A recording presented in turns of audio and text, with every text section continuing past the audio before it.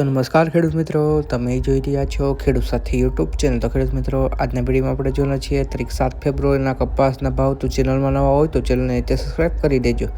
તો ખેડૂત મિત્રો, આજના દિવસે કપાસના ભાવ બે રીતે બોલવામાં આવી રહ્યા છે, એક તો નીચા ભાવ અને બીજા ઊંચા ભાવ। તો શું ચાલી રહ્યા છે આપણે આસપાસના બધા જ માર્કેટિંગ યાર્ડમાં કપાસના ભાવ તે આપણે જોઈએ। મહુવા 1350 થી 1438, ગોંડલ 1151 થી 1466, કાલાવડ 1200 થી 1427, જામજોધપુર 1330 થી 1431,